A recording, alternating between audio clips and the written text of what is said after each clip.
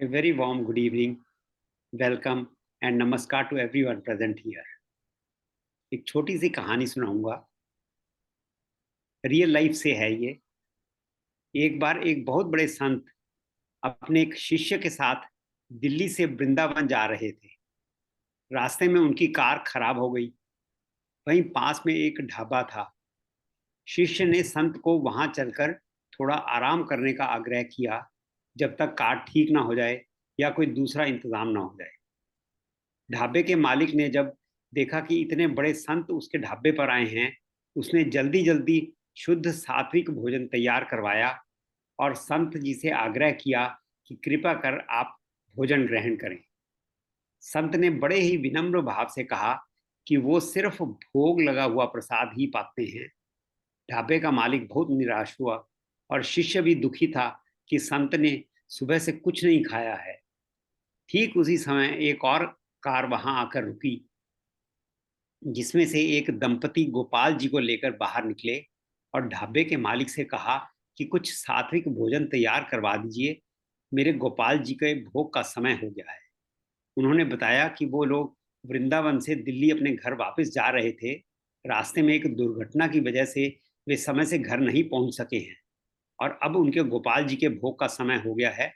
प्रभु की इस लीला को देखकर ढाबे के मालिक और शिष्य दोनों बहुत हैरान हुए। संत के लिए बनाया हुआ भोजन गोपाल जी को भोग लगाया गया।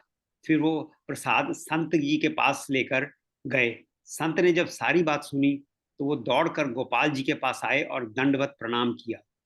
ठाकुर जी की लीला को देख संत के आंसू रुकने का नाम नहीं ले रहे थे। संत ने कहा, कन्हैया, आज तूने मेरे लिए इस ढाबे पर, जहां प्याज लहसुन की गंध से मेरे लिए ही बैठना कठिन हो रहा था, वहां तूने मेरे लिए आकर भोग लगाया कि मैं भूखा ना रह जाऊं। धन्य है तू, जो अपने तुच्छ भक्त के लिए भी कुछ भी करने को तैयार है। संत ने प्रसाद को माथे से लगाया। उसे आज वो प्रसाद अमृत से भी ज्यादा मीठा लग रहा था। दूसरी तरफ ढाबे वाला सोच रहा था, धन्य है तू सांवरे, मैं तो घर पर सिर्फ कभी कभी कुछ मीठा ले जाकर भोग लगा देता हूँ, वो भी बीवी के कहने से, और तू मेरी संत को प्रसाद खिलाने की इच्छा पूरी करने के लिए खुद चलकर यहाँ आ गया। तेरी कृपा और करुणा का कोई पार नहीं है कान्हा। नजर भी हमारी है, नजरिया भी हमारा है। हम देखते वही हैं जो हमारा मन देखने को चाहता है। ये वो कान्हा है जो राम रूप में भीलनी के जूठे बेर भी स्वाद ले लेकर खाता है। वारे प्रभु, तेरी लीला अपरंपार। ऋषि मुनि गए हार, प्रभु तेरी लीला अपरंपार। With these few words, I hand it over to Mr. V.N. Rai ji to please unmute and start his discourse. Rai sir.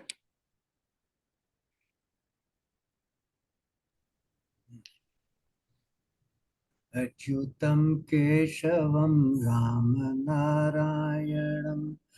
कृष्णदामोदरं वासुदेवं हरिं श्रीधरं माधवं गोपिकावल्लभं जानकीनायकं रामचन्द्रं भजे। बंशी विभूषितकरा नवनीरदाभा पीताम्बरादरुणबिम्बफलादरुष्ठा पूर्णेन्दुसुन्दरमुखा अरविन्दनेत्रा कृष्णात् परं किमपि तत्त्वं न जाने। नीलाम्बुजश्यामलकोमलाङ्गं सीतासमारोपितवामभागं बाणं महासायकचारुचापं नमामि रामं रघुवंशनाथम्।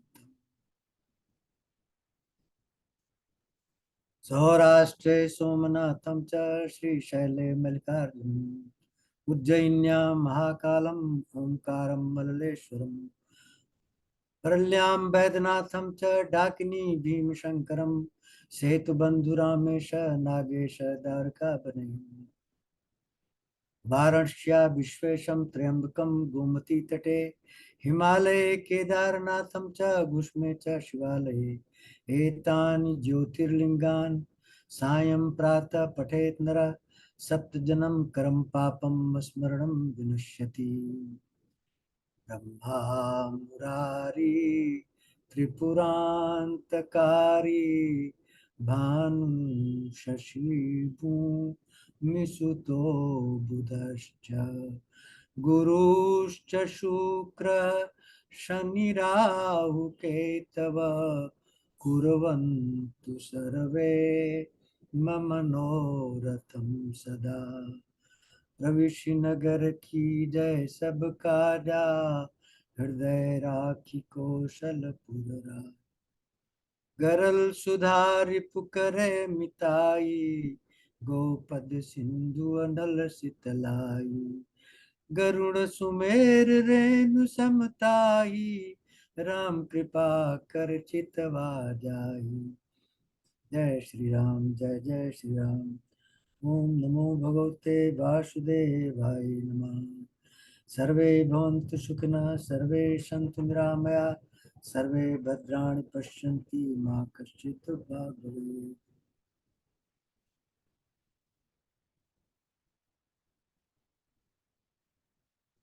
तो सर्वप्रथम आप सब महानुभावों को मेरा दंडवत प्रणाम।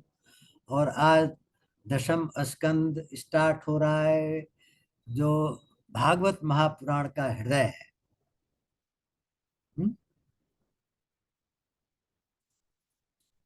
तो आज हृदय स्टार्ट हो रहा है परीक्षित के प्रश्न से।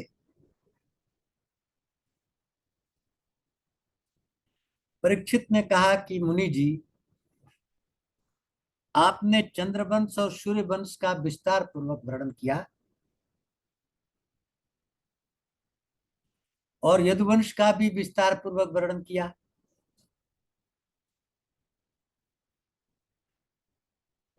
भगवान अपने अंशावतार बलराम के साथ अवतीर्ण हुए।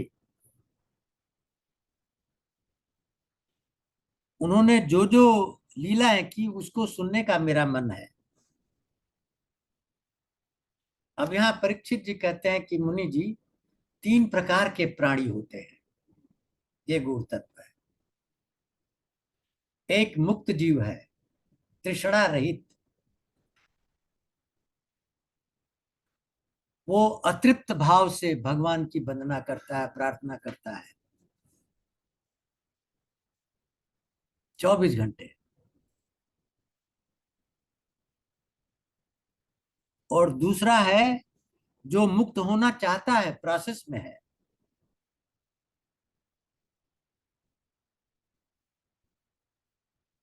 उसके लिए भगवान की लीला गुणों का स्मरण, चिंतन, बंधन, कीर्तन, श्रवण, ये राम बाण के समान औषधि है जो उसको मुक्त कर देगा। और तीसरे विषयी लोग जो हम लोग हैं, संसार में फंसे हुए हैं, उनके कानों के लिए और मन के लिए भगवान की लीला का वर्णन, श्रवण, कीर्तन बहुत ही मोहक और बहुत ही मधुर और बहुत ही आकर्षक होता है। उसका पान करना चाहते हैं लगातार। परीक्षित ने कहा कि कुरुक्षेत्र में दोनों सेनाएं तनी हुई थी। एक तरफ अपार समुद्र की तरह अतिरथी महारथी बड़े बड़े योद्धा, भीष्म पितामह, द्रोणाचार्य, कृपाचार्य, अश्वत्थामा, 8 महारथी जिनकी कोई काट पांडवों की तरफ नहीं थी। और दूसरी तरफ मुनि जी, हमारे दादाजी अर्जुन, भगवान की चरणों की नौका बना करके संसार सागर को पार करने की ठान ली थी, और अंत में विजय उन्हीं की हुई।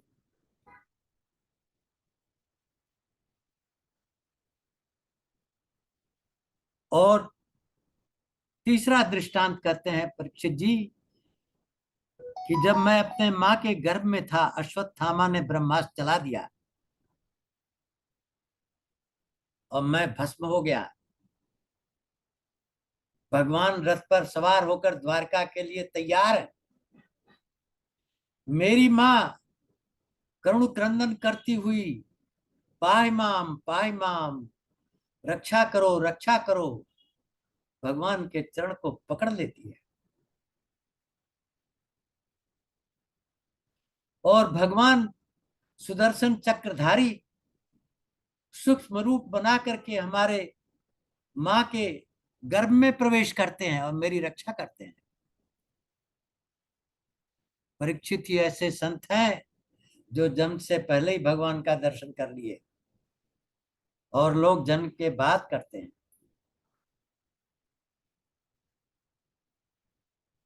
इसलिए सद्गुणों से संपन्न है।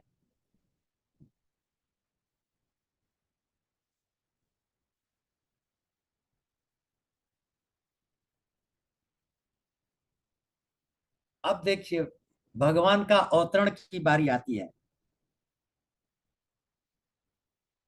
परीक्षित जी कहते हैं कि भगवान सबके अंतःकरण में रहते हैं। भगवान की दो शक्तियां हैं। एक शक्ति सृजन करती है और दूसरी शक्ति विनाश करती है। सृजन की शक्ति हरेक के हृदय में विद्यमान है। आपने कभी सोचा है कि मां के गर्भ में जब अंडे और वीर्य का मिलन होता है, उसके बाद क्या होता है? उसके बाद भगवान की शक्ति काम करती है, सृजन शक्ति, जो पहले अध्याय में मैंने वर्णन कर दिया है कि 9 महीने में क्या स्थिति होती है बालक की गर्भ में, विस्तार पूर्वक वर्णन हो चुका है। वो कौन करता है? भगवान की सृजन शक्ति करती है। हर एक जीव के अंदर ये सृजन शक्ति अपने को अभिव्यक्त करती है, चाहे पेड़ हो, पौधे हो, पक्षी हो, जानवर हो, मनुष्य हो, चर हो, अचर हो, सचर हो। और दूसरी शक्ति संसार में है, विनाश शक्ति, जिसको काल शक्ति कहते हैं। इसके द्वारा भगवान विनाश भी करते हैं। अब परीक्षित जी का प्रश्न है, मुनि जी, बलराम जी रोहिणी के पुत्र कहे जाते हैं, और उनको देवकी का भी पुत्र कहा जाता है। एक ही शिशु बिना दो शरीर धारण किए दो माताओं का पुत्र कैसे बन गया, ये हमको बताइए।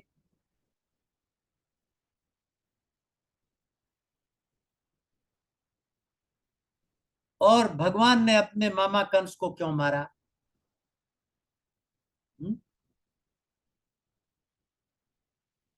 यदुवंशियों के साथ क्या क्या लीला की उन्होंने? सुखदेव जी कहते हैं, धन्य हो धन्य हो, भगवान की लीला के रसिक राजर्षि परीक्षित, तुम्हारा निश्चय आदरणीय है, अनुकरणीय है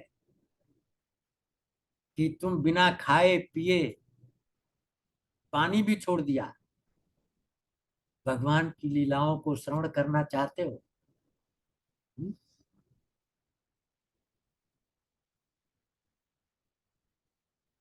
क्यों? क्योंकि भगवान की लीला के विषय में जो प्रश्न करता है, जानना चाहता है,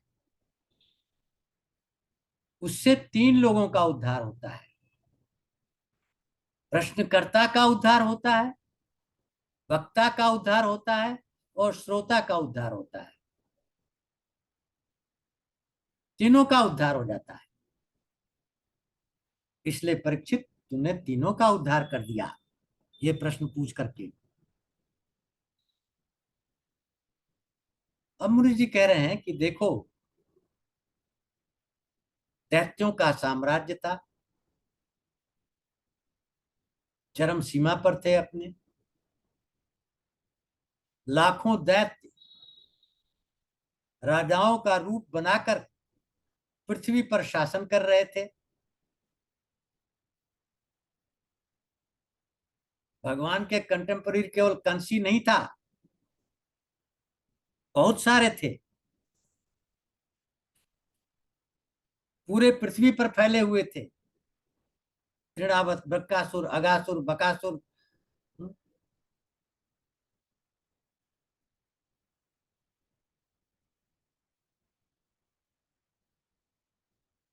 और आतंक मचाए हुए थे। पृथ्वी बहुत दुखी हो गई। पृथ्वी कहती है कि समुद्र का, पहाड़ों का जितना भार है, उसके कई गुना एक द्रोही का भार होता है मुझे। एक दुष्ट का भार इन सब भारों से कई गुना होता है। और यहाँ तो इतने सारे आतंक मचाए हुए हैं पूरे विश्व में। नेत्रों में आंसू भरकर पृथ्वी गई ब्रह्मा जी के पास, अपना कष्ट सुनाई। ब्रह्मा जी सारे देवताओं को और शिव जी को लेकर के क्षीर सागर के तट पर गए, भगवान की आराधना की।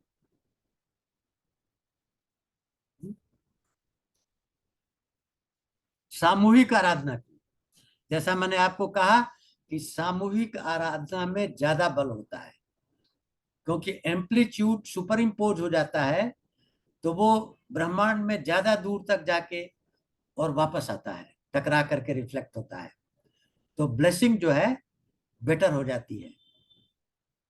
इसीलिए चर्च में सामूहिक होता है, मस्जिद में सामूहिक होता है, मंदिर में सामूहिक होता है। तो ये सारे देवता, सारे मुनि, सारे ऋषि, ब्रह्मा, शिव भगवान की स्तुति करने लगे।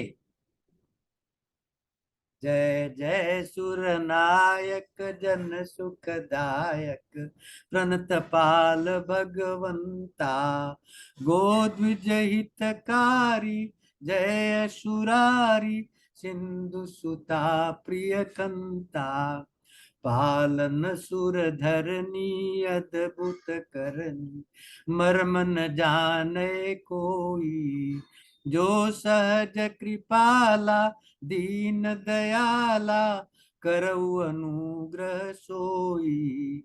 जय जय अविनाशी, सब घटवासी, व्यापक परमानंदा, अभिगत गोतीतम, चरित पुनीतम, माया रहित मुकुंदा, जही लागी विरागी, अति अनुरागी, विगत मोह मुनि वृंदा, निशिबासर धामई, गुनि गण गावई, जयति सच्चिदानंदा, जय सृष्टि उपाई, त्रिविध बनाई, संग सहायन दूजा, सो करऊ अघारी, चिंत हमारी, जानिय भक्ति न पूजा, जो भव भय भंजन, मुनि मन रंजन, गंजन विपति बरूता, मन बच क्रम बानी, शेष सहानी कौन। इस प्रकार जब वंदना हुई तो भगवान बहुत संतुष्ट हो गए। भविष्यवाणी हुई, भविष्यवाणी ब्रह्मा जी ने सुनी, शिव जी ने सुनी और सारी देवताओं को बताया कि देखो हमें भविष्यवाणी हुई है। क्या भगवान जान गए हैं, पहले से ही जान गए हैं कि पृथ्वी का भार बढ़ गया है, पृथ्वी एकदम कृश हो गई है, दुबली पतली हो गई है, रात दिन रो रही है, आंसू बह रहे हैं, आंखों से मुंह तक आंसू चले जा रहे हैं। और इसलिए भगवान ने तय कर लिया है कि इसके भार को मिटाना है, पृथ्वी के भार को मिटाना है, हल्का करना है पृथ्वी के भार को। हम्म? और जब हल्का करना है तो ब्रह्मा ने कहा कि जाओ तुम लोग यदुवंशियों के वंश में जाकर के गोपी बन जाओ।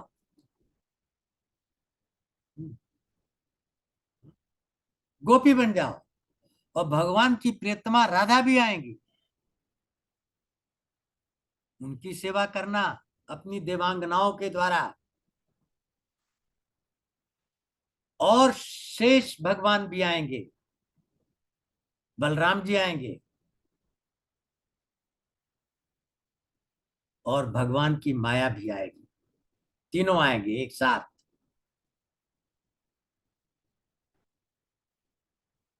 जब भगवान ने आश्वस्त कर दिया, सब लोग स्तुति करके अपने अपने धाम चले गए, अपने वाहन पर सवार होकर के। सुखदेव जी कहते हैं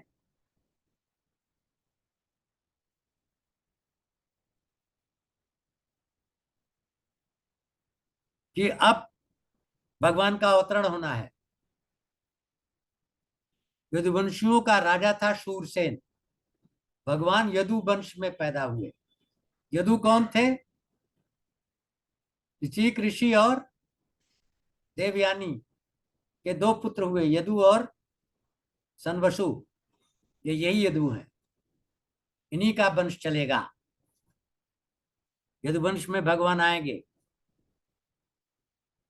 उनके राजा थे शूरसेन, उनकी राजधानी थी मथुरा, और आज तक यदुवंशियों की राजधानी मथुरा ही है।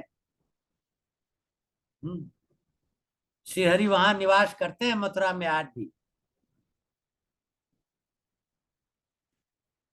शूरसेन के पुत्र थे वासुदेव। वासुदेव शादी करके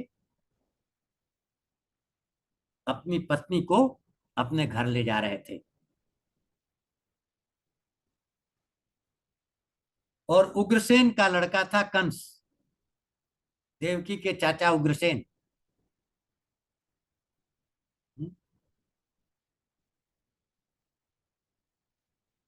बहन को देख करके मोहित हो गया, और जिस रथ पर देवकी और वासुदेव जा रहे थे उस रथ की रस्सी को कंस ने अपने संभाल ली अपने हाथ में।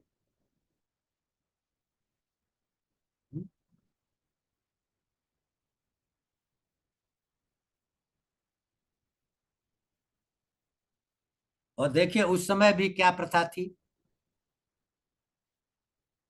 वसुदेव देवकी की शादी में शूरसेन ने दहेज दिया था। हमारे यहाँ रोज चलता है दहेज प्रथा खत्म करो, दहेज प्रथा खत्म करो। उन्होंने मांगा नहीं था, पुत्री से प्रेम है, इसलिए पुत्री से प्रेम को दर्शाने के लिए ये चीजें दी गई, किसी ने मांगा नहीं। क्या दिया? सोने के हार से लदी हुई 400 हाथी,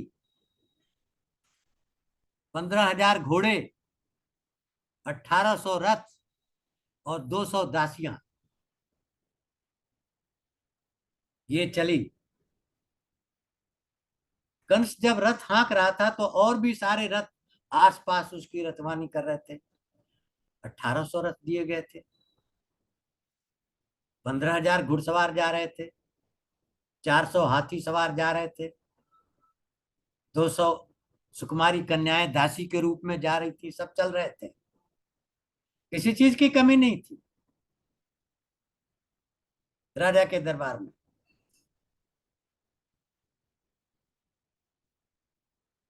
आकाशवाणी हुई, अरे मूर्ख, जिसको तू लेकर के जा रहा है उसकी 8वीं संतान तुझे मारेगी।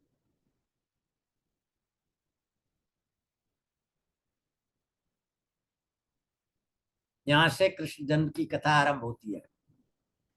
आकाशवाणी होते ही कंस घबरा गया, रथ से उतर गया,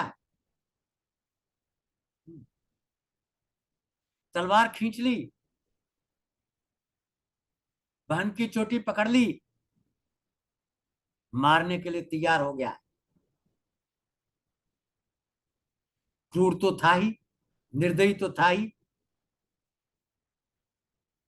वसुदेव जी सामने आ गए। वसुदेव जी कौन है? साक्षात भगवान कृष्ण के पिता।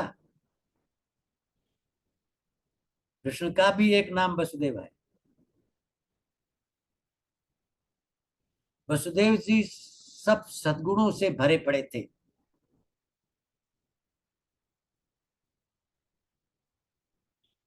जो गीता के 16 अध्याय में कहा गया था और 12 अध्याय में कहा गया था। ये सारे 26 और 16 गुण वसुदेव जी में थे। वसुदेव जी ने साम दाम दंड विभेद सारी नीतियां भी जानते थे। इसलिए सबसे पहले कंस की तारीफ की।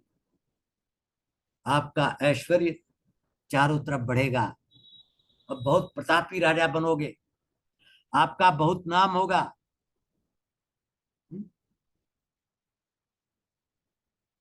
जब आपकी यही स्थिति होने वाली है तो इस तरह का प्रतापी राजा जिसका इतना यश ऐश्वर्य कीर्ति सब फैलेगी, वो एक स्त्री को जो उसकी बहन है और शादी करके जा रही उसको कैसे मार सकता है?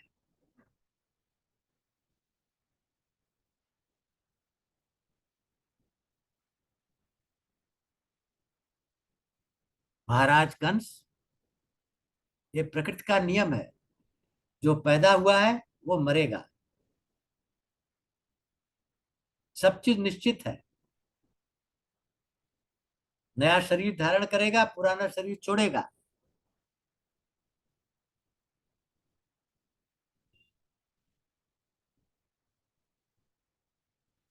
और ये शरीर तो विकारों का पुंज है।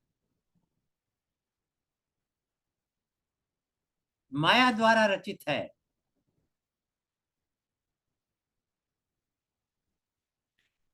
पंच भौतिक शरीर। आदमी मरते समय, जैसा मैंने वहां भी कहा था भगवत गीता में, क्या कि मरते समय जो ध्यान करोगे वही बन जाओगे, नेक्स्ट वही जन्म मिलेगा। इसलिए जो जो याद करोगे वही सब मिलेगा। जिस चीज में तल्लीन, किस चीज में तल्लीन होता है मरते समय, वही अगाढ़ चीज सामने आके रील रुक जाती है, जिसका चित्त में सबसे ज्यादा प्रभाव है। मर्डर किया है, प्रभाव उसका है, सामने रील रुक जाएगी। बहुत बड़ा उपकार किया है, भंडारा किया है, सामने रील रुक जाएगी, वही अगले जन्म का कारण बन जाएगी।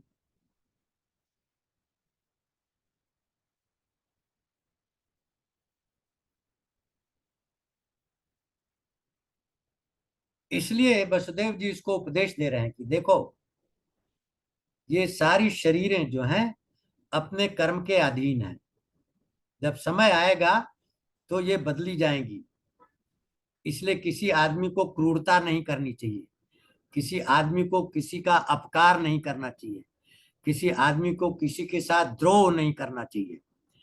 क्योंकि द्रोह करने से क्या होगा, इसी जन्म में जिसे द्रोह करोगे वो शत्रु रूप में तुम्हें दंड दोगा और अगले जन्म में भी भय तुम्हें दंड देगा। उसका भय बना रहेगा, भय बना रहेगा और उसी प्रकार का शरीर मिलेगा। इसलिए किसी से द्रोह नहीं करना चाहिए। ये गूढ़ तत्व बताया वसुदेव जी ने कंस को। इसका अभी अभी विवाह हुआ है, तुम्हारी प्यारी बहन है, मांगलिक चिन्ह लिए हुए है। हाँ? इसका वध नहीं करना चाहिए। फिर एक और नीति शास्त्र का बात बताए वसुदेव जी, क्या मनुष्य के सामने अगर मृत्यु खड़ी हो तो हर प्रयत्न करना चाहिए कि मृत्यु टल जाए।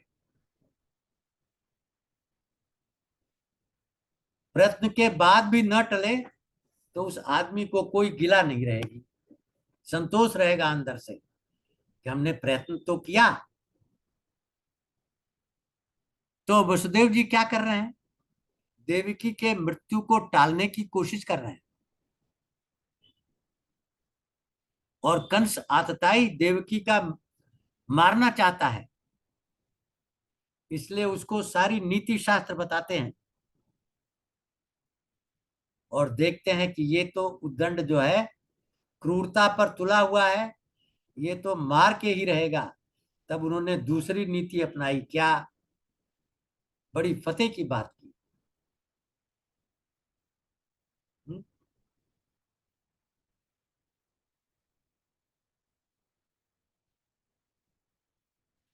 कि जितने हमारे पुत्र होंगे सब आपको दे देंगे, आप उनको मार देना, देवकी का जान छोड़ दो। देवकी के तो आपसे भय है नहीं। भगवान ने ये तो नहीं कहा कि देवकी मारेगी आपको। भगवान ने कहा कि देवकी का 8वां पुत्र मारेगा, तो मैं सारे पुत्रों को दे दूंगा। अब वसुदेव जी समाज में प्रतिष्ठित थे, सद्गुणों से संपन्न थे, इसलिए कंस को आश्वस्त हो गया कि ये झूठ तो बोलते नहीं, प्राण जाए बर वचन न जाई वाले हैं, ये जो कहते हैं उस पर अमल करते हैं। इसलिए कंस ने देवकी को मारने की जो उसकी इच्छा थी उसको त्याग दिया।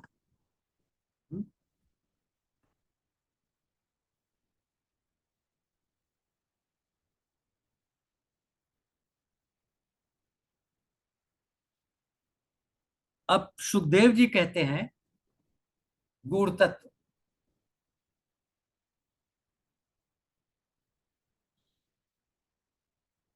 जो आदमी जीवन मुक्त होना चाहता है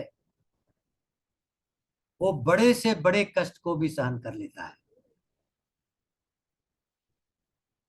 उसके लिए बड़ा से बड़ा कष्ट सहना एक तपस्या है। और जो क्रूर होता है, निर्दयी होता है, वो क्रूर से भी क्रूर, नीच से भी नीच काम कर देता है, हिचकता नहीं है। और जो ज्ञानी पुरुष है वो तो जगत को ही त्याग देता है, वो स्व में रमा रहता है।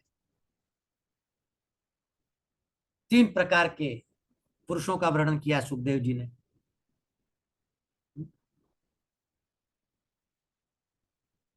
अब ये वसुदेव जी सत्य संध हैं, कितना भी कष्ट होगा अपने पुत्रों को मरते हुए देखते हुए, लेकिन ये उस कष्ट को सहेंगे, उससे विचलित नहीं होंगे। और कंस भी इतनी क्रूरता के साथ मारेगा, किसी बच्चे को छोड़ेगा नहीं।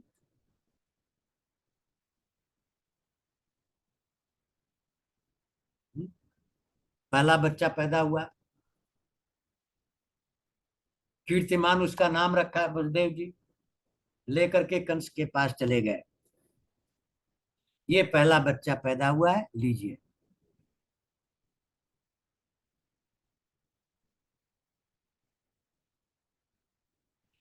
अब बच्चे को देख करके थोड़ी दया आई कंस को। उसने कहा वसुदेव जी, मेरे मृत्यु का कारण तो 8वां पुत्र है, इससे तो मुझे धैर्य नहीं है, इसलिए इस कोमल बच्चे को आप ले जाइए, मैं इसको छोड़ देता हूं। अब देखिए कहानी कैसे चलेगी। वसुदेव जी बच्चे को ले आते हैं, लेकिन वसुदेव जी जानते हैं कि ये बहुत ही क्रूर, निर्दयी, निर्लज्ज है, कब बदल जाए कुछ पता नहीं, कोई ठिकाना नहीं इसका। अब देखिए, नारद जी आ जाते हैं। नारद जी क्यों आ गए?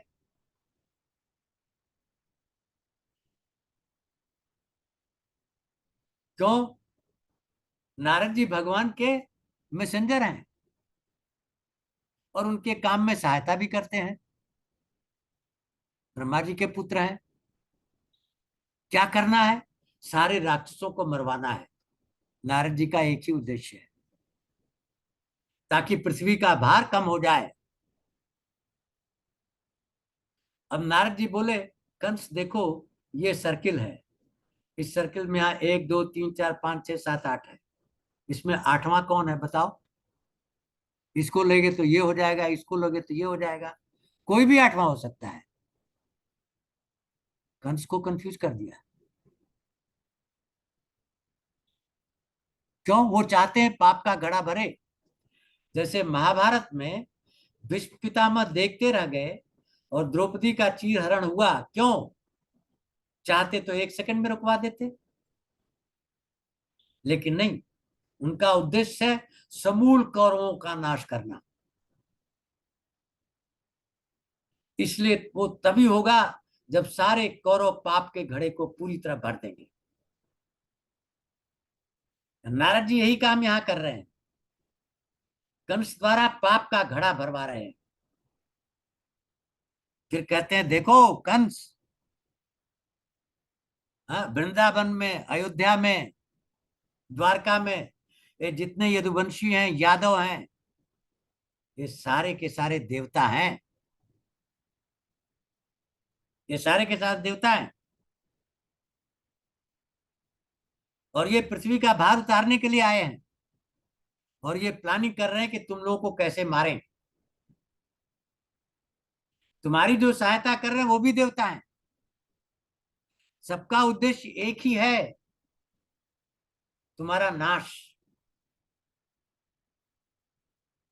क्योंकि पृथ्वी जो है तुम्हारे भार से दबी जा रही है। ऐसे कह के नारद जी चलते बने। नारायण नारायण। आग तो लगा दी, चल बसे। अब जैसे ही कंस को ये पता चला, तो कंस ने क्या किया? देवकी और वसुदेव के हाथों में हथकड़ी बनवा दी, कारागार में बंद कर दिया।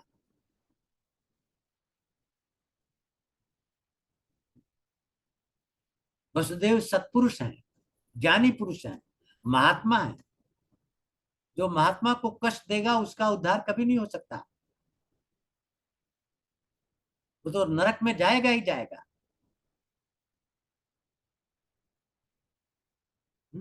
नारद जी आग लगा के चले गए। कंस ने बेड़ियां लगा दी, दोनों को बांध दिया।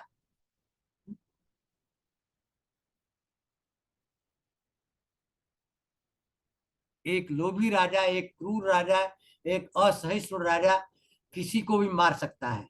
अपने भाई को, अपने बाप को, किसी को भी। कोई सीमा नहीं है उसकी। नीच से नीच काम भी कर सकता है बिना हिचक के, लोभी राजा।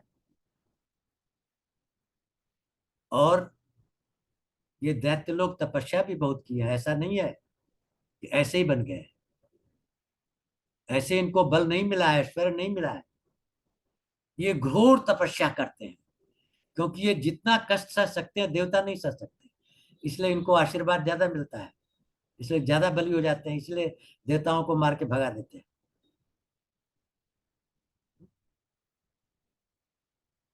इसको ये मालूम है कि पिछले जन्म में मैं काल नेमी राक्षस था और विष्णु ने ही मेरे को मारा था, और अभी भी वही मारेगा मुझे। उसने क्या किया? पहला काम, वसुदेव देवकी को हथकड़ी लगा के कारावार में। दूसरा, अपने बाप को, शूरसेन को, जो पूरे एरिया का राजा था, यदु भोज अंधक जितने वंश थे, सबके महान राजा थे, कैद कर लिया और अपने गद्दी पर बैठ गया।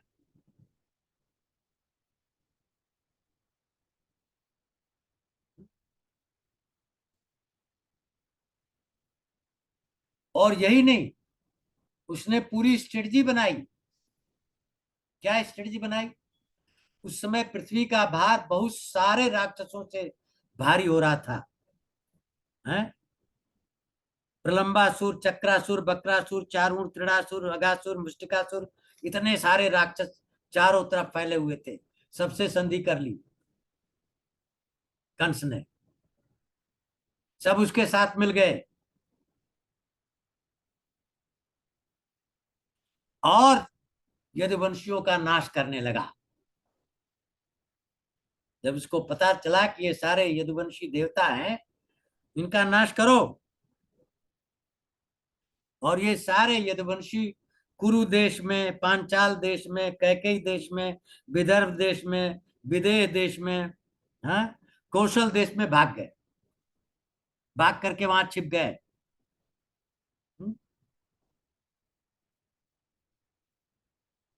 और एक एक करके देवती के पहला पुत्र मारा, दूसरा पुत्र मारा, तीसरा पुत्र मारा, चौथा पुत्र मारा, सातवां गर्भ देवकी ने धारण किया। अब यहां भगवान एक लीला करेंगे। परीक्षित ने पूछा था कि बलराम की दो माताएं कैसे हो गई? रोहिणी के भी पुत्र हैं और देवकी के भी पुत्र हैं, एक ही शरीर दो माताओं से कैसे हो सकता है? दो शरीर होता तब दो होते, एक ही कैसे? क्या है इसका, समझाइए हमको।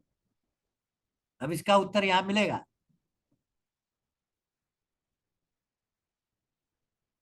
सातवें गर्भ था शेष का, शेषावतार, भगवान के अंश शेष गर्भ में आए।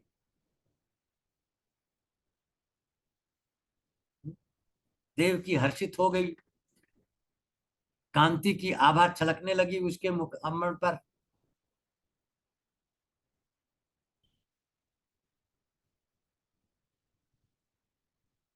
भगवान ने देखा कि यदुवंशी सताए जा रहे हैं, सब देश छोड़ करके भाग रहे हैं, इधर उधर छिप रहे हैं, तो अपनी योग माया को बुलाया।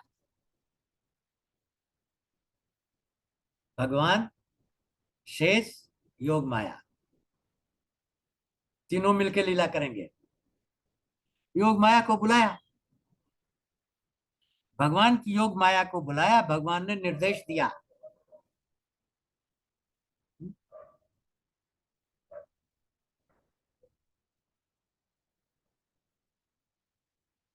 तुम गोकुल जाओ, वहां पर वसुदेव की पत्नी रोहिणी निवास करती है।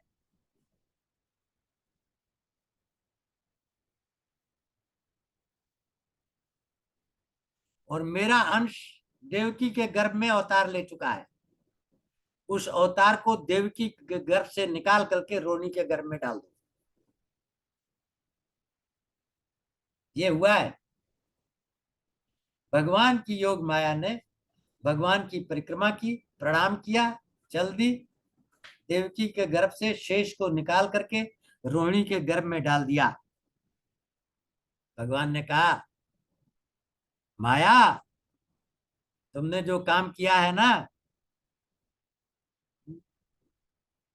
लोग तुम्हें मुंह मांगा सब चीज देंगे, वरदान देंगे।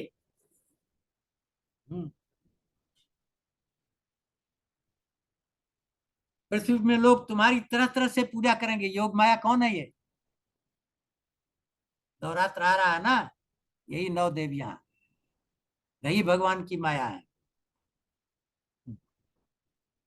दुर्गा, भद्रकाली, विजया, वैष्णवी, कुमुदा, चामुंडा, इस रूप में तुम्हारी पूजा होगी।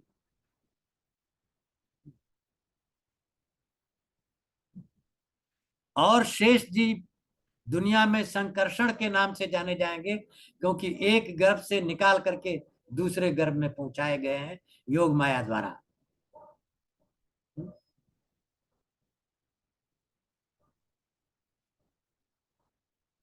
अब देवकी का गर्भ तो नष्ट हो गया। यदुवंश कंस के लोगों को पता चला कि देवकी का गर्भ नष्ट हो गया, सातवां गर्भ चला गया। हाय राम।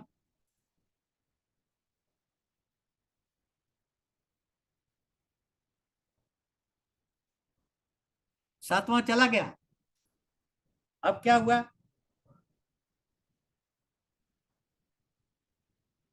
अब आठवां आएगा। कहाँ आया आठवां? पहले वसुदेव जी के मन में आया। सत्पुरुषों के मन में भगवान आनंद देते हैं, भाव प्रकट करते हैं। 16 कला के भगवान वसुदेव जी के मन में आए।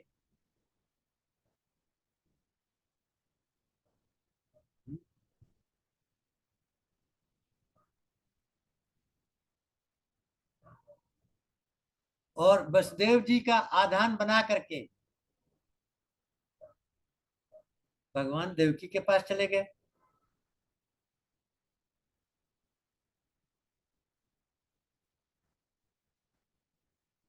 जब भगवान देवकी के गर्भ में गए तो देखिए क्या होता है। भगवान के भक्तों के पास आप बैठेंगे तो आपका चित्त बदल जाएगा, मन स्थिति बदल जाएगी। अब देवकी के गर्भ में भगवान है, उसके सामने जो भी आएगा उसकी मन स्थिति बदलेगी। भगवान का प्रताप रेडिएशन से चलता है चारों तरफ। बंदी गृह जगमगा उठा, चारों तरफ रोशनी होने लगी। कंस बोला इसके गर्भ में जरूर मेरा शत्रु प्रवेश किया है, विष्णु ही प्रवेश किया है, क्योंकि इसके पहले देवती ऐसी मुद्रा में कभी नहीं थी। अब मन की स्थिति बदल गई कंस की। क्यों? देवकी के दर्शन मात्र से, जिसके गर्भ में भगवान स्थापित हो गए हैं। कंस बड़े ज्ञान की बातें करता है, सौहार्द की बातें करता है, सहिष्णुता की बातें करता है।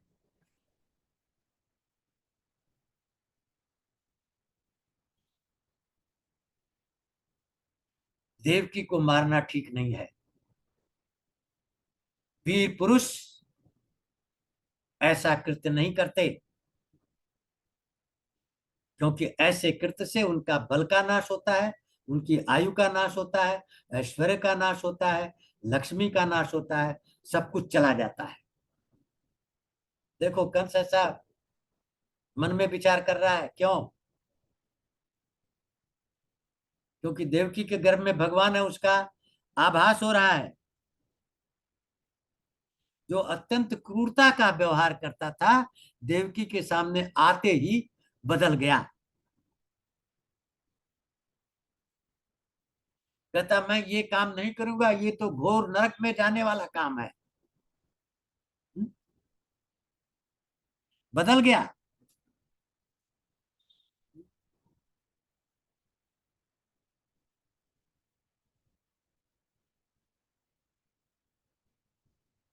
जिसके गर्भ में भगवान हो उसके सामने आने पर तो ये स्थिति होगी ही होती। अब प्रणाम कर रहा है, हाथ पैर जोड़ रहा है।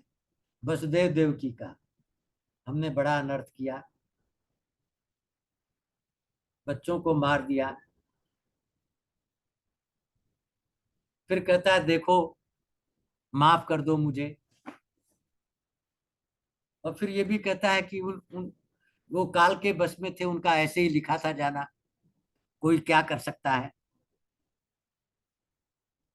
अब कंस सोते जागते उठते बैठते खाते पीते 24 घंटे क्या कर रहा है? कृष्ण का ध्यान कर रहा है। 24 घंटे कि मेरा मारने वाला आ गया है।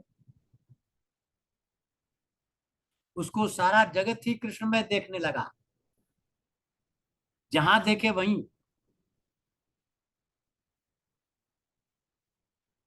उसी समय शंकर जी और ब्रह्मा जी कैद खाने में आए, भगवान की स्तुति किए। हम्म, हम्म। और अब यहां पर देखिए, बड़ा अच्छा वर्णन है संसार का। शंकर जी और ब्रह्मा जी स्तुति करने के बाद देवकी वसुदेव को बताते हैं कि ये संसार क्या है। जो गीता का 15वां चैप्टर है वो यहाँ आया है, पुरुषोत्तम योग। क्या है 15वां चैप्टर? ये संसार उल्टा वृक्ष है, इसकी जड़ ऊपर है, तने नीचे है। पुरुषोत्तम योग। और जब तक जड़ को नहीं काटोगे संसार खत्म नहीं होगा। और जड़ ऊपर है, नीचे नहीं है। उसी का वर्णन यहां कर रहे हैं। ये संसार, इसके दो फल होते हैं। कौन से फल होते हैं? एक सुख होता है, एक दुख होता है। इसमें दो फल लगते हैं। और संसार की जो जड़ें हैं, ऊपर की तरफ लटका हुआ है, वो जड़ें तीन हैं: सात्विक, राजसिक, तामसिक। सत्व, रज और तम, ये तीन जड़ें हैं। दो इसके फल हैं, चार इसके रस हैं: अर्थ, धर्म, काम, मोक्ष। छह इसकी स्थिति है: पैदा होता है, स्थिर होता है, बदलता है, बढ़ता है, घटता है, नष्ट हो जाता है। सात इसमें धातुएं हैं: रस है, रक्त है, मज्जा है, हड्डी है, शुक्र है, वीर्य है। ये सात हैं। और पांच यंत्र हैं इससे, जिससे ये देखता है। क्या? श्रोत्र, कान, त्वचा, स्पर्श, नेत्र, रसना, नासिका। इन पांचों के द्वारा ये ज्ञान प्राप्त करता है।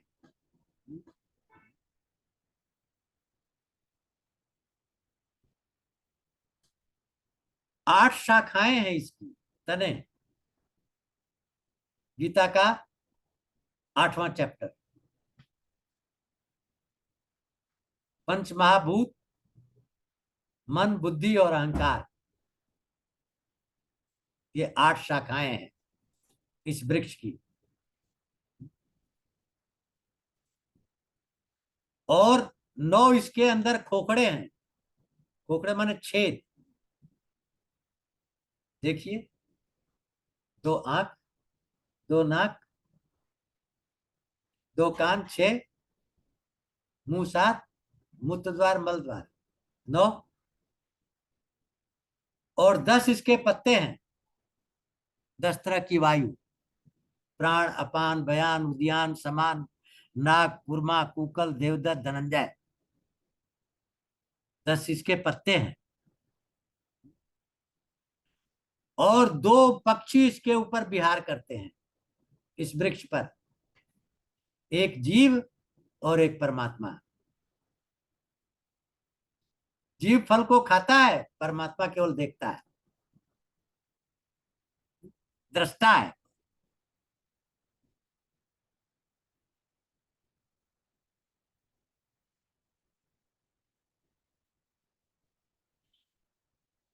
भगवान की स्तुति करके शंकर जी, ब्रह्मा जी चले गए।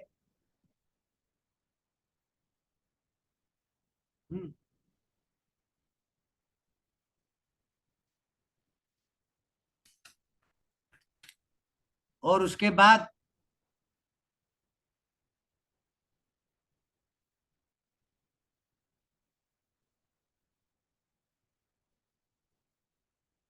बहुत सारे इसमें गूढ़ तत्व और भी आए हैं, जो ब्रह्मा जी और शंकर जी ने कहा है।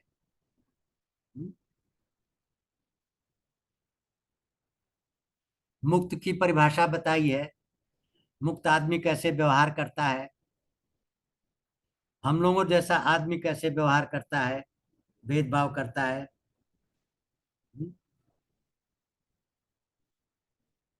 ऐसा करके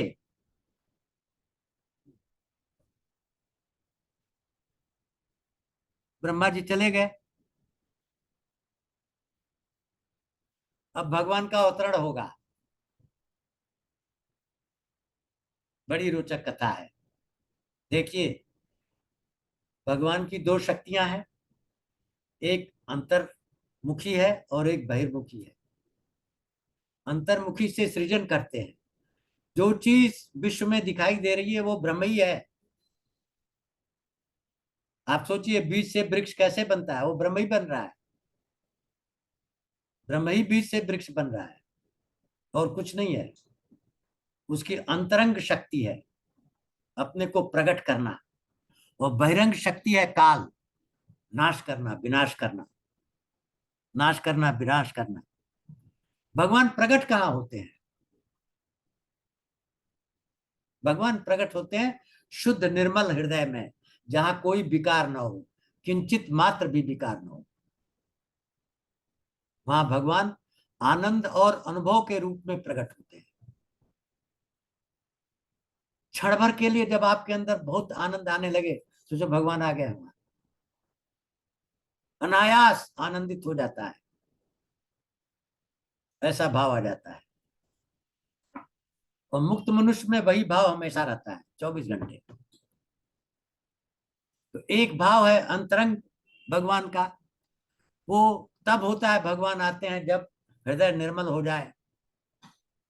मुक्त मनुष्य के हृदय में भगवान प्रकट होते हैं। वो कहा जाता है कि काल से परे है। काल जो बाहर मार रहा है, विनाश कर रहा है, हाँ, तो काल को बहुत गुस्सा आई, भगवान मेरे से परे है, चलो मैं विनाश करूंगा, सबको मारूंगा। लेकिन अब जब काल को मालूम पड़ा कि भगवान आ रहे हैं,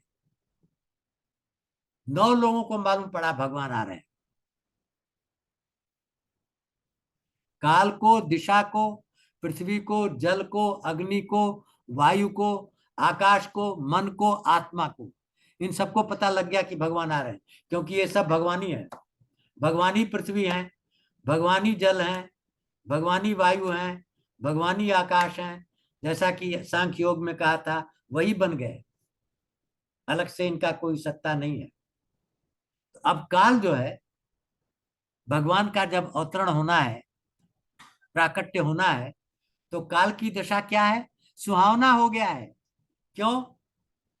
अभी तक सोचता था कि काल हमसे, भगवान हमसे परे हैं और इसलिए सबका नाश कर रहा था। अब भगवान काल में अवतार लेंगे। काल कहाँ है? संसार में। भगवान कहाँ आ रहे हैं? संसार में।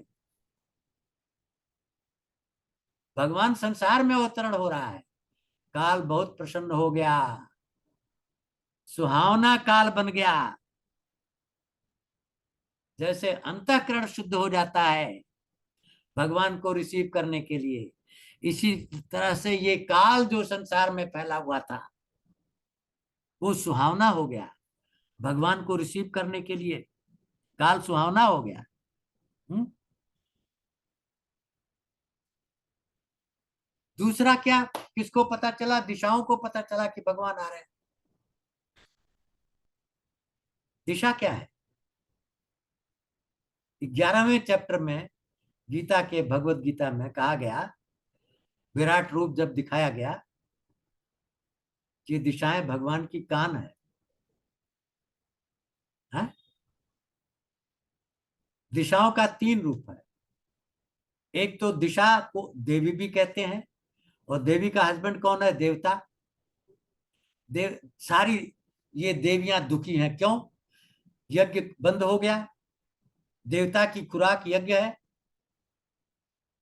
एक तो देवता भागे भागे फिर रहे हैं, खुराक नहीं मिल रही है। देवियां कहीं हैं, देवता कहीं हैं। दिशाएं खुश हो गई, भगवान आ रहे हैं।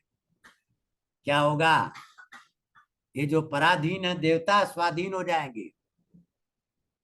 हृष्ट हो जाएंगे और हम अपने पतियों के साथ हो जाएंगे। इसलिए दिशाएं खुश हो रही हैं देवी के रूप में, और दिशाएं कान हैं, क्या सुन रही हैं? भगवान आ रहे हैं सत्पुरुषों का, सद्गुण का जो आविर्भाव लिए हुए पैदा हुए हैं उनकी रक्षा करने के लिए। इसलिए दिशाएं और प्रसन्न हो रही हैं, भगवान को रिसीव करने के लिए दिशाएं प्रसन्न हो रही हैं, आ रहे हैं। तीसरी संस्कृत में दिशा को कहते हैं आशा। अब सत्पुरुषों की आशा जग गई, उनका कल्याण होने वाला है क्योंकि भगवान आ रहे हैं। पृथ्वी क्यों खुश हो रही है? भगवान की दो पत्नियां हैं, श्री देवी और भूदेवी। श्री देवी चलायमान है, लक्ष्मी हमेशा चलती रहती है, और भूदेवी स्थिर है। तो भगवान श्री देवी से भूदेवी में आ रहे हैं, वैकुंठ से उतर रहे हैं। अवतार माने उतरना। इसलिए पृथ्वी खुश हो रही है, सज धज के अपने पति के अगवानी के लिए तैयार हो रही है। पृथ्वी पृथ्वी संपन्न हो गई, फल फूल सारे। जिस समय भगवान का प्राकट्य होना है, पृथ्वी एकदम तैयार हो गई उनको रिसीव करने के लिए है। दूसरी खुश हो रही कि भगवान के चरण मेरे वक्षस्थल पर पड़ेंगे। पृथ्वी खुश हो रही है, इसलिए और वो उनका आनंदित हो रही है।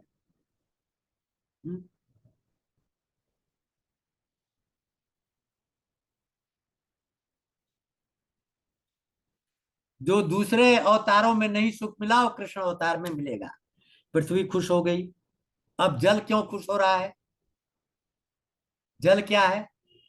नदियां कहाँ पैदा होती हैं? पहाड़ों में। मायका उनका पहाड़ है। कहाँ जाती हैं? समुद्र में। समुद्र उनकी ससुराल है। नदियां कह रही हैं कि रामा अवतार में, हाँ, हमारे पिता पहाड़ को हमारी ससुराल में पहुंचा दिया गया। श्वेत बंध में सारे पहाड़ों को बंदरों ने पहुंचा दिया ना समुद्र में। तो नदियां कह रही हैं कि समुद्र में पहुंचा दिया गया रामावतार में। लेकिन अब क्या होगा? गंगा जी से कह रही हैं कि देखो, हमारे पिताजी को तो तुम देखती हो, कौन है उनके पिताजी? पहाड़। ससुराल कौन है? समुद्र। अपने पिताजी को दिखाओ। गंगा जी के पिताजी कौन है? भगवान विष्णु। उन्हीं के पैरों से निकली गंगा जी। अनसुना कर दी, नदियों की बात नहीं सुनी। लेकिन नदियां क्या कहती हैं कि भगवान समुद्र में, क्षीर सागर में निवास करते हैं, लेकिन वो तो मेरी ससुराल है, वहां हम देख नहीं पाते हैं पूर्ण रूप से। लेकिन अब वो जमुना के किनारे आएंगे, पैदा होते ही लीला करेंगे और हम उनको देखेंगे साक्षात। इसलिए सारी नदियां खुश हो रही हैं कि भगवान आ रहे हैं। अग्नि क्यों खुश हो रही है? क्योंकि अग्नि का काम खत्म हो गया है, बुझ गई है, यज्ञ खत्म हो चुका है। तो जैसे बुझे हुए अग्नि में नीचे कभी कभी धधक जाती है अग्नि। तो अग्नि कह रही है भगवान आने वाले हैं, यज्ञ फिर से चालू होगा, हम धधक जाएंगे, हमारा अस्तित्व हो जाएगा। इसलिए अग्नि भी तैयार हो गई है भगवान को रिसीव करने के लिए।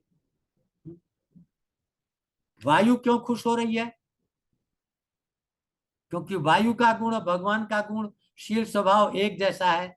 मंद सुगंध ठंडी वायु चलेगी भगवान को रिसीव करने के लिए, वायु खुश हो रही है। आकाश क्यों खुश हो रहा है? आकाश की उपमा दी जा रही है, आकाश जैसे भगवान है, निराकार, अपरिमित, लिमिटलेस। उपमा दी जाती है लेकिन अब उपमा दी जाएगी, आकाश के रंग के भगवान का शरीर होगा, इसलिए आकाश खुश हो रहा है, हमारे रंग का शरीर धारण करेंगे। नक्षत्र क्यों खुश हो रही है? नक्षत्र और तारे, किस नक्षत्र में भगवान पैदा हो रहे हैं? रोहिणी नक्षत्र। रोहिणी कौन है? दक्ष की 60 कन्याएं थी। जब ब्रह्मा जी ने दक्ष से कहा सृष्टि बनाओ, 60 कन्याएं, जब कोई नहीं बना पाया तो दक्ष ने 60 कन्याएं बनाई, और उसमें से 27 कन्याओं को चंद्रमा को दे दिया। और चंद्रमा की 27 कन्याओं में एक रोहिणी थी, जिसको चंद्रमा बहुत प्यार करते थे। तो बाकी कन्याएं दक्ष के पास गईं कि हम लोगों को पूछता ही नहीं है ये। दक्ष ने श्राप दे दिया चंद्रमा को, जाओ तुम क्षय हो जाओ तुम्हारा। चंद्रमा क्षय होने लगा तो शंकर भगवान की आराधना किया। कहा? सौराष्ट्र सोमनाथम च। सोमनाथ, सोम माने चंद्रमा, नाथ माने नाथ। सोमनाथ कौन है? शिव जी। कहा? सौराष्ट्र में। वहां जाके चंद्रमा ने बहुत तप किया, शिव जी को प्रसन्न कर दिया, प्रसन्न कर दिया। वर मांगो। बोला दक्ष ने श्राप दिया, मैं क्षय हो रहा हूं। तब तक दक्ष तो बहुत ही बड़ा भक्त था भगवान शिव का, सारा वर ले रखा था, पहुंच गया वो भी। नहीं नहीं, इसको मत देना, ये हमारी 27 कन्याओं में से केवल एक को मानता है, 26 को नेग्लेक्ट करता है। अब भगवान तो वर दे चुके थे, और उधर भक्त भी आ गया, कहता मत करो। तो बोले ठीक है चलो, विन विन मॉडल। 15 दिन क्षय होगा और 15 दिन बढ़ेगा, इसीलिए कृष्ण पक्ष और शुक्ल पक्ष होता है। तो रोहिणी नक्षत्र भी खुश हो गई, हमारे नक्षत्र में भगवान आ रहे हैं, रोहिणी नक्षत्र में। मन भी खुश हो गया। अब भगवान अष्टमी के दिन क्यों पैदा हुए? पखवाड़े में 15 दिन होते हैं, उसका बीचों बीच 8 होता है, इसलिए उस 8 में पैदा हुए, न इधर न उधर। और कब पैदा हुए? रात्रि का अंत और दिन की शुरुआत दोनों के मध्य में।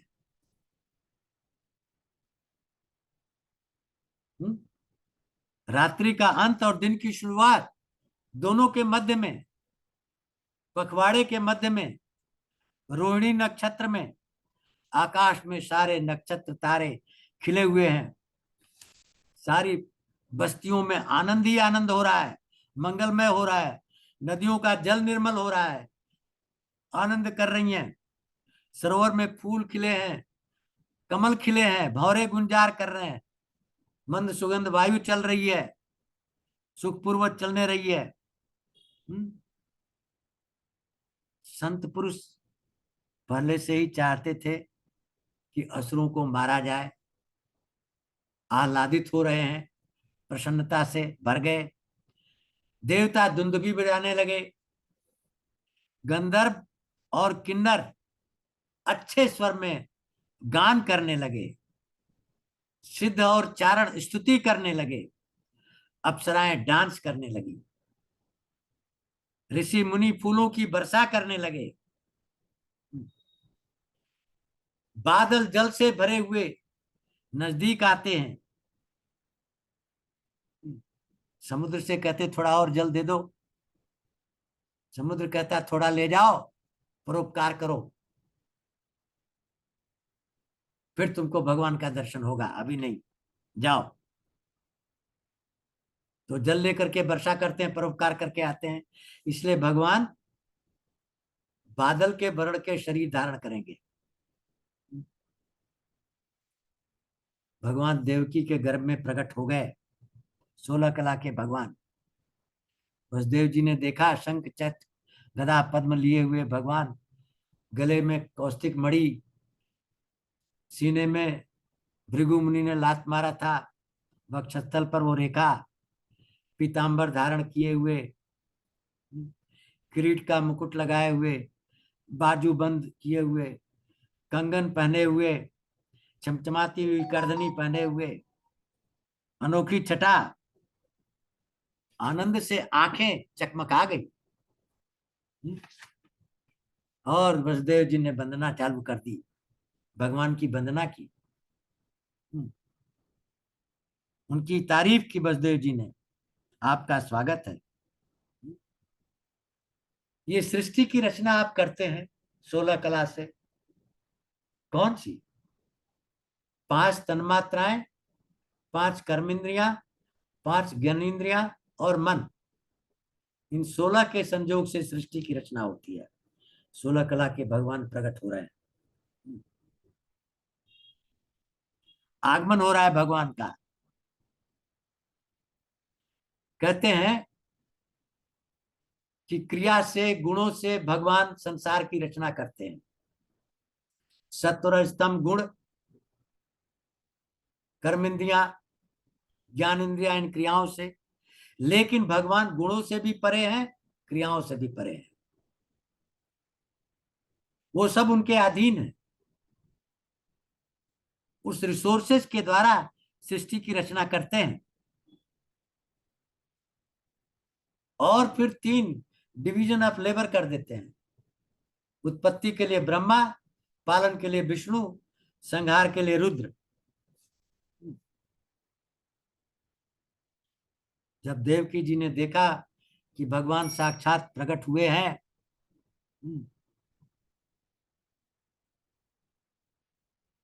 और कहती है भगवान, जब आप सृष्टि का विनाश करते हैं तो सबसे पहले पंचभूत विलीन हो जाते हैं अंधकार में, अहंकार विलीन हो जाता है महतत्व में, महतत्व विलीन हो जाता है प्रकृति में, और प्रकृति विलीन हो जाती है आप में, शेष रह जाते हैं आप। इसलिए आपका नाम शेष है। यही, और उसी शेष से फिर पृथ्वी पुनः वापस आती है। आपके चरणार बिंदों की नौका बना करके ऋषि मुनि भवसागर को वैसे ही पार कर जाते हैं जैसे छोटा बच्चा खुर के बराबर गड्ढे को पार कर जाता है। आप केवल ध्यान की वस्तु है।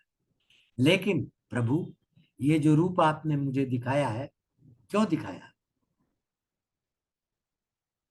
इस रूप को आप कंस को मत दिखाइए, इसको छिपा लीजिए। तो भगवान ने उसका उत्तर दिया कि देखो देवकी,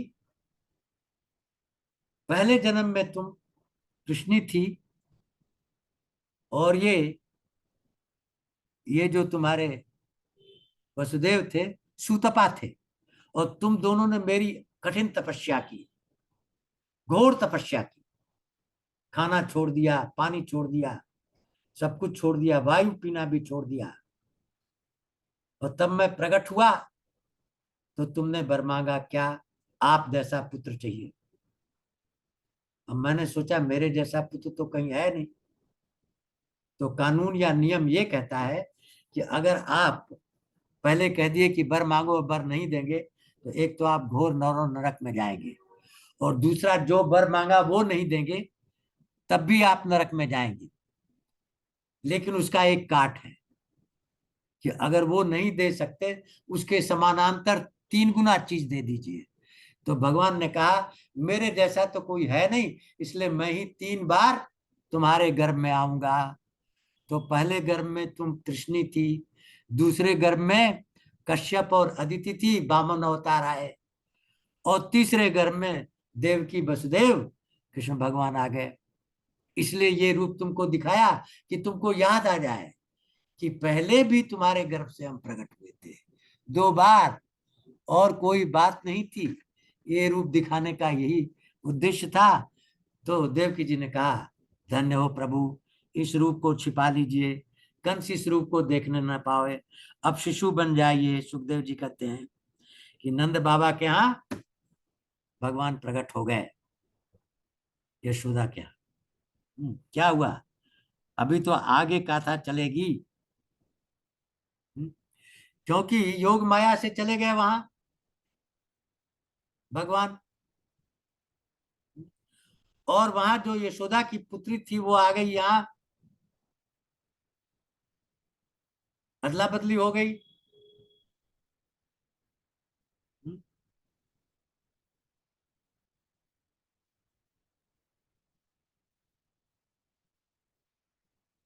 अब वो जब योग माया वहां पैदा हुई और उसको वसुदेव जी और देवकी के यहाँ ला करके रख दिया गया उस कन्या को,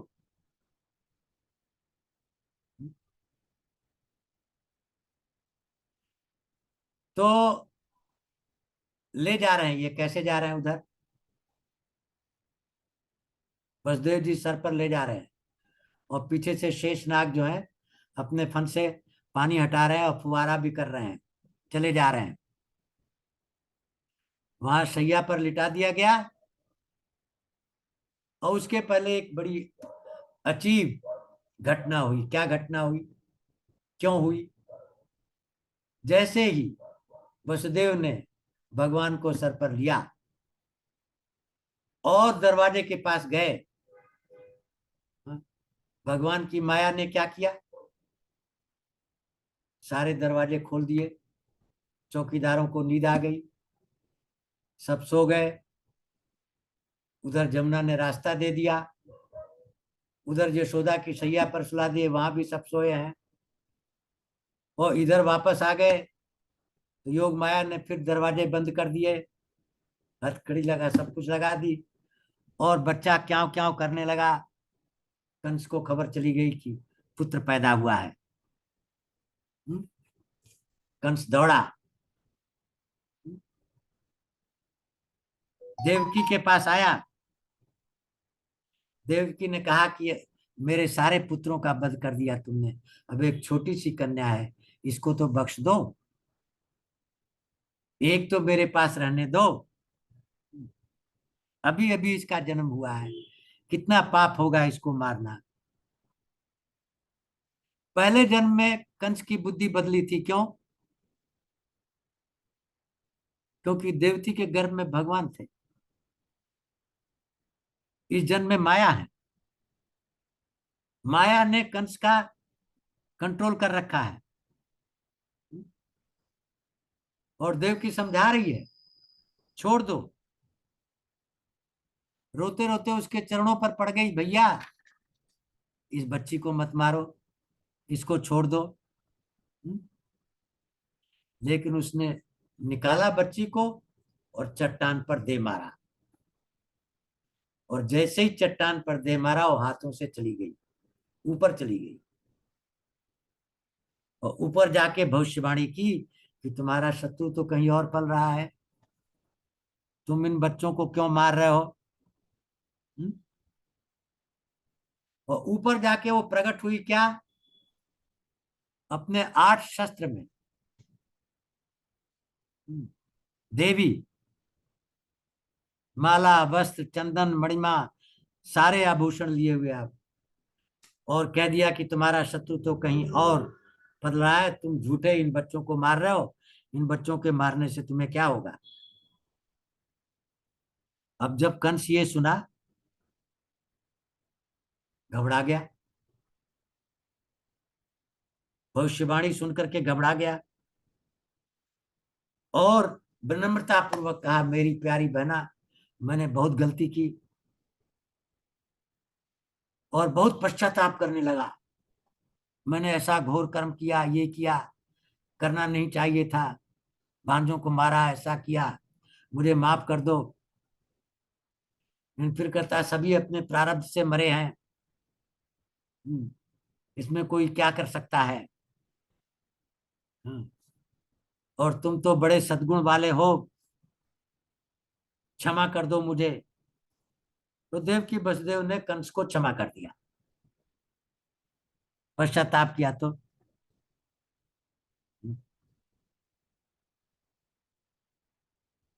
अब कंस आकर के अपनी सभा में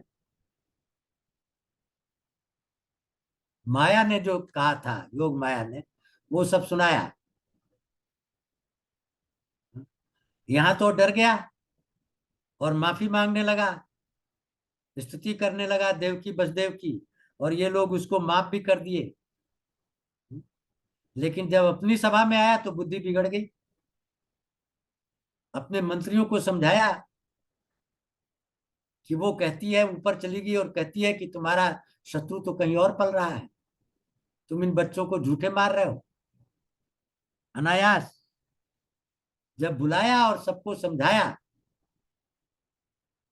तब वो तो वैसे ही दुष्ट थे। उन्होंने कहा ऐसा, उन्होंने तय किया कि जितनी बस्तियों में जहां जहां 10 दिन के कम और 10 दिन से ज्यादा के बच्चे हैं, सबको मार दो, सारे बच्चों को मार दो, न रहेगा बांस न बजेगी बांसुरी। कहता है देवता, ये तो आपके धनुष के टंकार से देश छोड़ करके भाग गए हैं इधर उधर, और आप तो किसी किसी पर प्रहार नहीं करते जब तक उसका जब उसका रथ टूटा हो, बाण टूटा हो, आप नहीं करते, धर्म युद्ध करते हैं। ये देवता कौन होते हैं, हैं? हम्म? और ये कौन कौन है? एक एकांतवासी है विष्णु, एक वनवासी है शिव, और एक तपस्वी है ब्रह्मा। हम्म?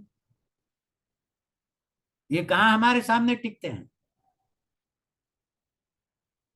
जब शरीर में रोग हो जाए तो उसको उपेक्षा नहीं करनी चाहिए। उसी तरह शत्रुओं की उपेक्षा नहीं करनी चाहिए, नहीं तो ये बलवान हो जाएंगे।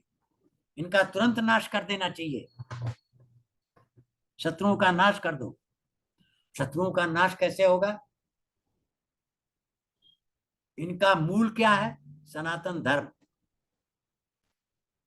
सनातन धर्म का नाश मतलब देवताओं का नाश। सनातन धर्म का नाश कैसे होता है?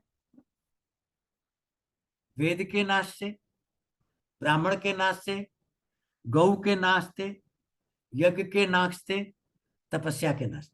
इन 5 चीजों को खत्म कर दो, काम बन जाएगा। तो पहले ही कर चुके हैं सब। यज्ञ खत्म कर चुके हैं, तपस्या खत्म कर चुके हैं, ब्राह्मणों को सताए हैं, गौओं को सताए हैं, वेद को जलाए हैं। कहते यही तो विष्णु के शरीर हैं, इनको खत्म कर दो, विष्णु खत्म हो जाएगा।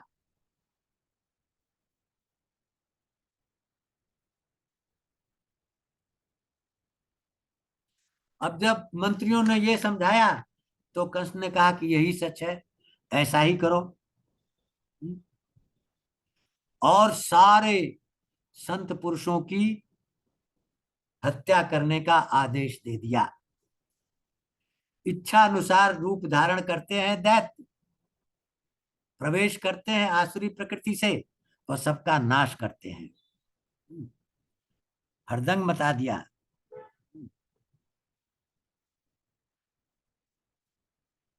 मेरे ख्याल से टाइम बहुत हो गया ना? हाँ 8:54 हो रहा है।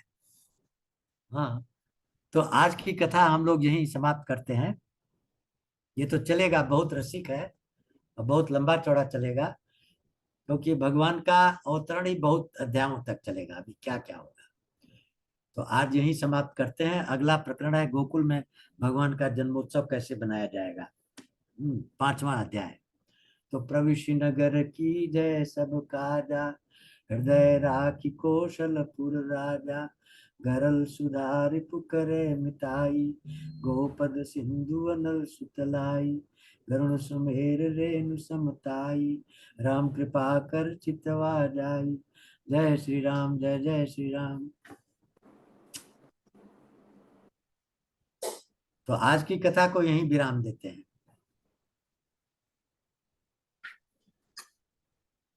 भगवान के दर्शन का सुख तो मिल गया आज, वो हुआ खुशी ना? है जो आपने बड़ा अच्छा वर्णन किया। हाँ, बहुत अच्छा लगा। वाकई जब भगवान आते हैं तो क्या कितना इसीलिए टाइम भी नहीं पता लगा। जैसे अंतःकरण खुशी। शुद्ध होता है वहां आते हैं, उसी तरह संसार शुद्ध हुआ भगवान के आने से। हमें पता नहीं लगा। 11 चीजें शुद्ध हुई, सब प्रकट हुए। बहुत ही रोचक रहा आज का हाँ और बिल्कुल बांध के रखा हुआ था। हाँ। ऐसी सीक्वेंसिंग की सुंदरता के साथ चीजों को समझने में आनंद आ रहा था। बहुत बहुत प्रणाम सर। चलिए अभी आगे और रोचक चीजें हैं, जी। क्योंकि दशम स्कंद तो हृदय है भागवत का, सारे भगवान की लीलाओं का वर्णन। धन्यवाद।